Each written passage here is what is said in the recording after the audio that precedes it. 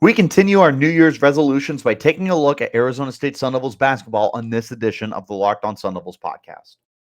Are Locked On Sun Devils, your daily podcast on the Arizona State Sun Devils, part of the Locked On Podcast Network. Your team every day.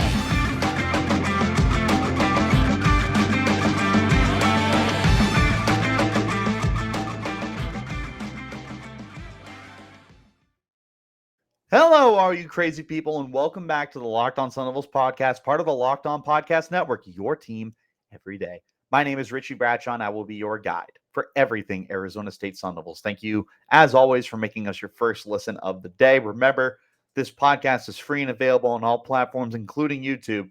If you want to check us out in a visual platform, wherever you're getting your podcast, though, hit like and subscribe and turn on notifications so you get an update when we post new content. Go ahead and stay in touch with that content by following me on Twitter. You can find me at RichieBrads36, and you can find the podcast as well at LO_Sun Devils. Let's hop into today's conversation, taking a look at Sun Devils basketball. Yesterday, we talked about some New Year's resolutions for the football team. Today, we're flipping the script and looking at the basketball team as my dog rudely squeaks her toy in the middle of me recording. My apologies for that. Let's go ahead and start with just some basic fundamentals that the team needs to improve on. There's all sorts of things that you'd like to see better. The overall three-point percentage, I think, could be a little better, but 30.5% isn't hateful. 41.8% from the field, again, could be better. I guess it's not the worst thing in the world. But the one thing that does stand out as needing to be drastically updated is the free throw percentage. When Arizona State goes to the line, they are shooting just 68%. That just needs to be drastically improved.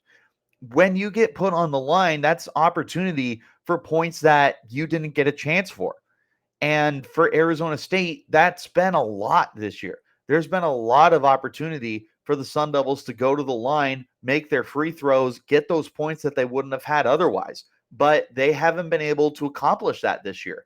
And that just needs to be drastically improved. There's been a lot of really close games for the Sun Devils this year that some of them have been decided by the free throw percentage. The one that comes to mind for me is when we played Texas Southern. And in that game, Arizona State was put on the free throw line. Well, they were pretty good on their free throw percentage in that game, going 88.2%. But I mean, they missed two of them, and for what it's worth, you lost by 1 point. The game is definitely a little more intact if you're able to shoot better from the free throw line. But there's been other games where Arizona State wasn't able to perform well when they got to the free throw line. How about this? 70% against U of A. Then, for what it's worth, they only got put on the line 10 times. But that was a game that you lost by 9 points. You make it a little bit closer when you get those free throws in there and you make some more of your opportunities. Arizona State needs to improve on the free throw line. This is not really a negotiable for the team. It's just well below average, needs to be improved. There's guys out here that I feel like can be good free throw shooters. An example, the team leader for the free throw shooting is Luther Muhammad, who's shooting 85.7% from the line. Alonzo Gaffney, 77.8%. However, those guys are averaging less than 20 minutes a game because they're not starting. The top starter for the team in terms of free throw percentage is Desmond Cambridge at 76.5%. Definitely nothing to scoff at. Pretty good. DJ Horn, 76.2%. Not terrible. But then there's a massive drop-off. Austin Nunez next at 71.4%. He's not a starter. The next starter is Devin Cambridge at 70.5%. And then it just drops into the mid-60s and lower. So, yeah, your free throw percentage is carried a little bit by Luther Muhammad and Alonzo Gaffney, and neither of which are full-time starters for the team and are averaging 12.1 minutes and 18.3 minutes respectively. When you're not hitting your free throws, that's going to be a difference maker for a lot of your games. And again, there were some close wins for Arizona State where if your free throws were a little bit better, you win that game a little bit more comfortably. Against 50%. Not great, not terrible, could be better. Against Colorado, here's a good one for you. 9 of 17, 52.9%. They won that game by 1 point.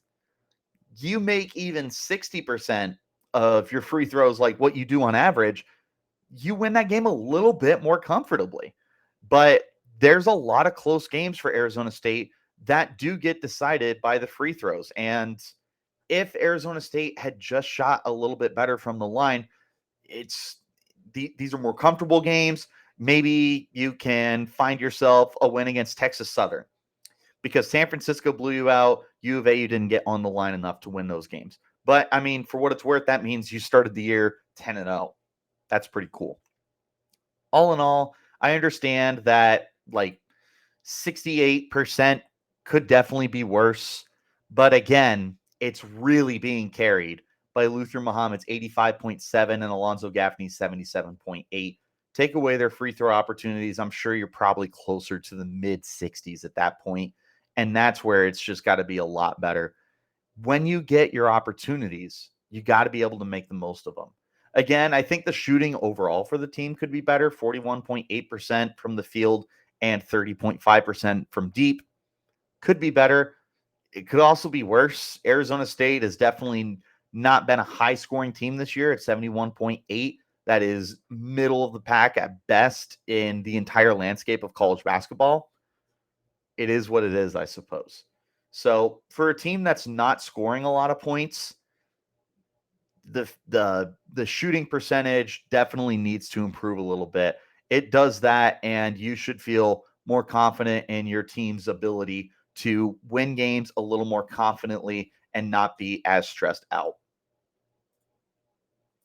As a small business owner or hiring manager, you know that success in 2023 all depends on the team members you surround yourself with. That's why you have to check out LinkedIn Jobs. With LinkedIn Jobs, you can hire qualified candidates more efficiently by matching open roles with people who have skills, values, and experiences to help achieve your goals. LinkedIn Jobs helps you quickly attract qualified candidates to your open jobs with targeting tools. They go beyond resume data by using insights from your job post, company, and their 875 million member profiles to put your post in front of the most qualified candidates. Identify the most qualified candidates on LinkedIn Jobs and connect with them fast and for free. LinkedIn Jobs makes it easy to screen and rate applicants based on your job qualifications, all on one platform. It's why small businesses rank LinkedIn Jobs number one in delivering quality hires versus leading competitors. LinkedIn Jobs helps you find the qualified candidates you want to talk to faster. Post your job for free at linkedin.com/lockedoncollege. That's linkedin.com/lockedoncollege to post your job for free. Terms and conditions will apply. As always, thank you guys for making the Locked On Sun Devils your first listen of the day. For your next listen, make it the Locked On Sports Today podcast. The biggest stories from around the sports world in 20 minutes or less, instant reactions, game recaps, and Locked On's take of the day.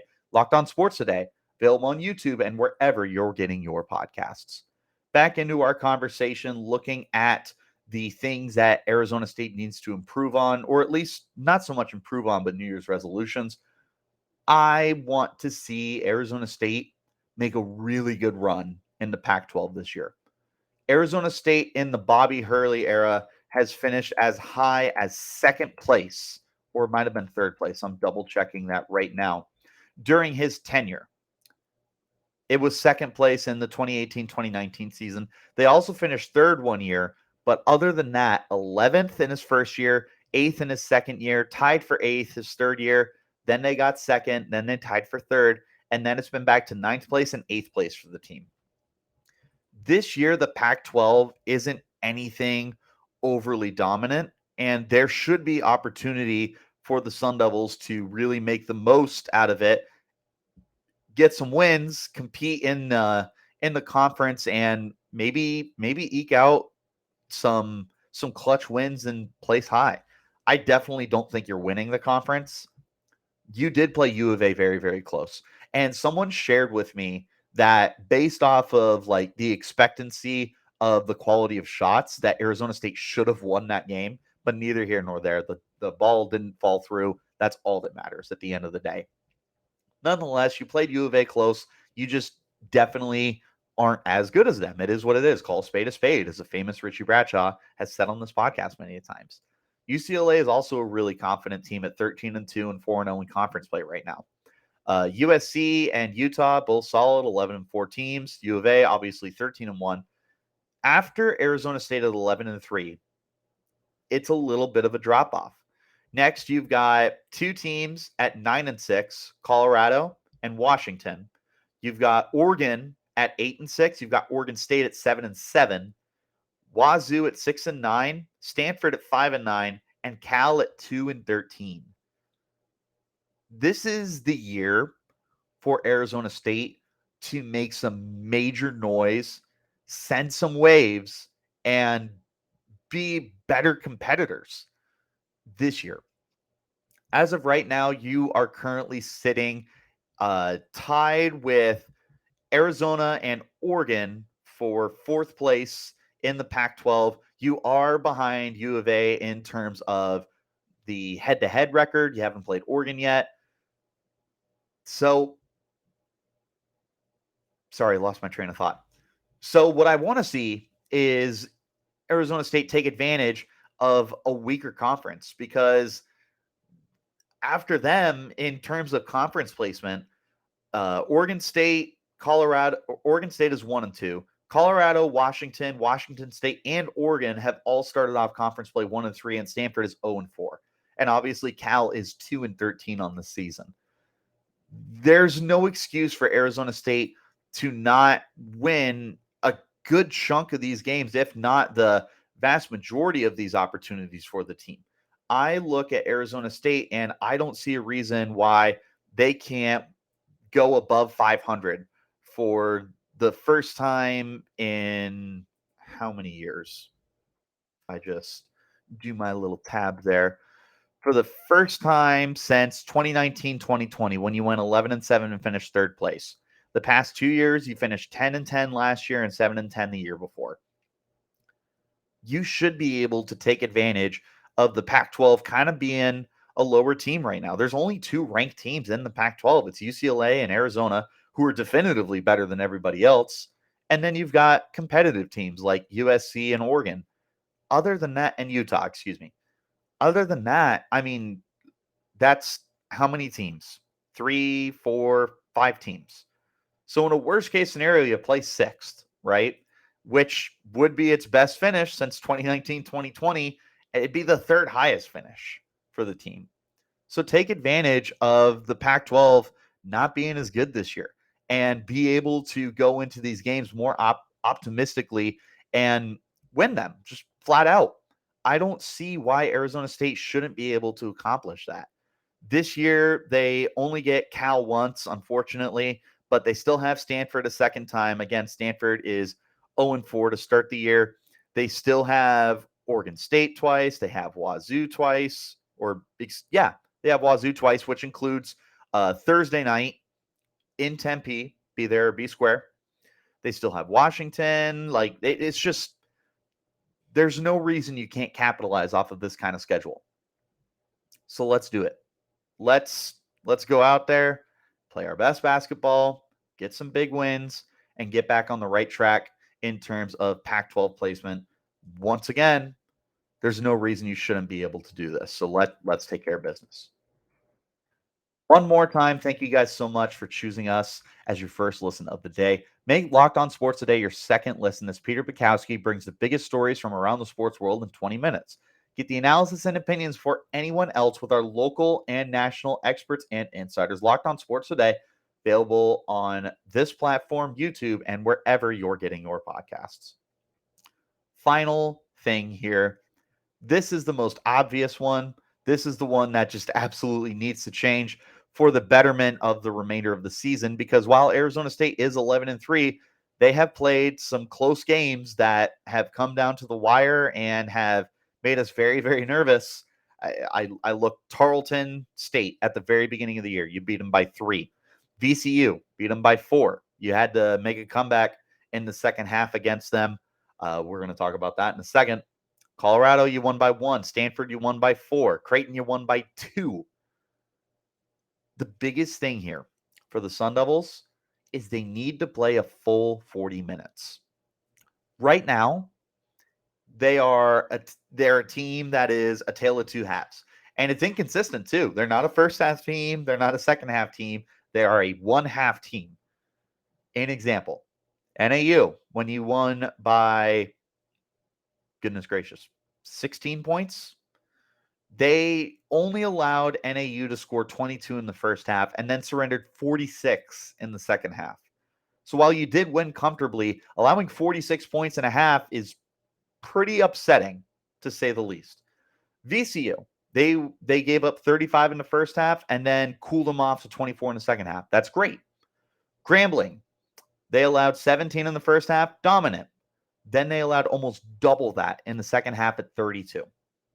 Alcorn State allowed 23 in the first half, pretty good. 31 in the second half, a little bit of an improvement. Colorado, they were down in that game 38, I believe 38-23. I'm double checking. Yes, 38-23. And we're just getting outscored everywhere on the court. And then shut Colorado down to 21 in the second half. That's awesome. Stanford was the opposite. Held them to 21 in the first half, gave up 43 in the second half. SMU gave up 33 in the first half, held them to 24 in the second half. Creighton, 29 in the first half, 42 in the second half. The worst example, Arizona. They gave up 45 points in the first half, and then they bit down and held them to just 24 in the second half. If Arizona State plays a full amount of these games, some of these games you win more confidently, more comfortably. You might also be able to be really close to undefeated. You could have beaten Arizona and you should have beaten Texas Southern. You should, based off of that, be a 13-1 team. Ideally. You should also have some more confident, comfortable wins with bigger leads. There's a lot that goes into this because it's not necessarily an offensive problem and it's not necessarily a defensive problem. Obviously, some of it is when you're allowing however many points, but at the same time, Arizona State can be cold in certain games. NAU, they went from 47 to 37 in that game. Nothing terrible. VCU, they went from 28 to 35, a little bit of an improvement there. Michigan was a good game. What's a good example here? Grambling was a good game for the team. Alcorn was a good game. Colorado, they started off with only 23 points in the first half. They were down 38-23, like I mentioned. But then they turned it on and scored 37 points in the second half. If you play a complete game, you don't beat Colorado by one. You win that game a lot more comfortably.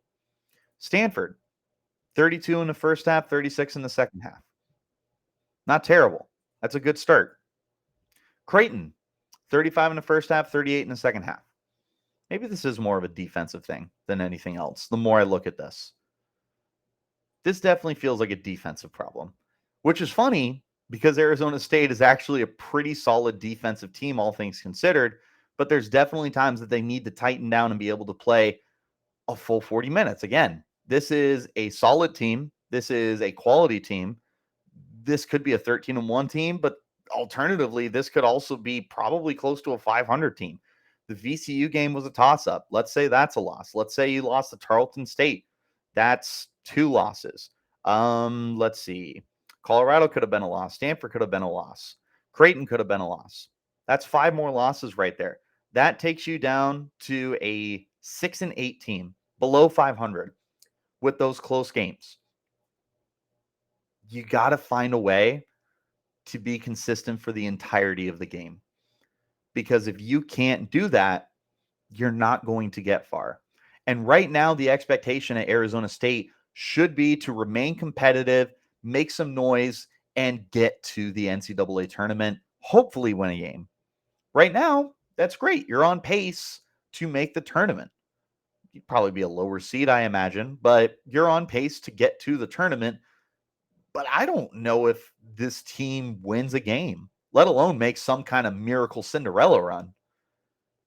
They just aren't playing, again, sounds like a broken record. They're not playing a full 40 minutes right now. They're some games it's dominant first half and they fall off in the second half, and some games they start off really slow and end really hot. You got to find a way to be consistent. It's going to catch up with you. And I understand that in the previous segment I just talked about the Pac-12 being a little volatile and how Arizona State should be able to take advantage. You barely beat Stanford and you barely beat Colorado. Stanford is 0-4 in conference play. Colorado is 1-3 in conference play. You played them that close. There is a little bit of concern for when you play UCLA twice, when you play Utah twice or once, just once. When you play Utah this year, thankfully it's a home game. When you play U of A again, when you play Oregon twice, when you play USC twice, this is definitely a little bit of a cause of concern for the team. You need to be able to play the full 40. I almost said 48. That's pros. You need to be able to play the full 40. If you can find a way to do that, I don't see a reason why you can't make some noise this year. But that's definitely the biggest thing the team has to improve on. It's the little things, staying in good coverage. Some of it's lucky shots. But, I mean, you got to be able to tighten up and then keep your foot on their throat when it comes to offense. Don't let up. I feel like you can be better than a 70-point team per game. We'll see. But thankfully, we are only about halfway through the season. Just about halfway through the season, 14 games in. So there's plenty of time for them to fix everything, move forward, get better, improve, and make some noise for the remainder of the year. That does wrap up this edition of Locked On Sun Devils, though. So thank you guys, as always, for tuning in. Remember, you can get this podcast wherever you get your podcasts, including YouTube, if you want to check us out in a visual platform. Wherever you're getting them, though, hit like and subscribe and turn on notifications. Stay in touch with everything that's going on with the podcast by following me on Twitter. You can find me at Richie Bradshaw36, and you can find the podcast at LO_Sun Devils. Till next time, though, you keep it locked right here on Locked On Sun Devils.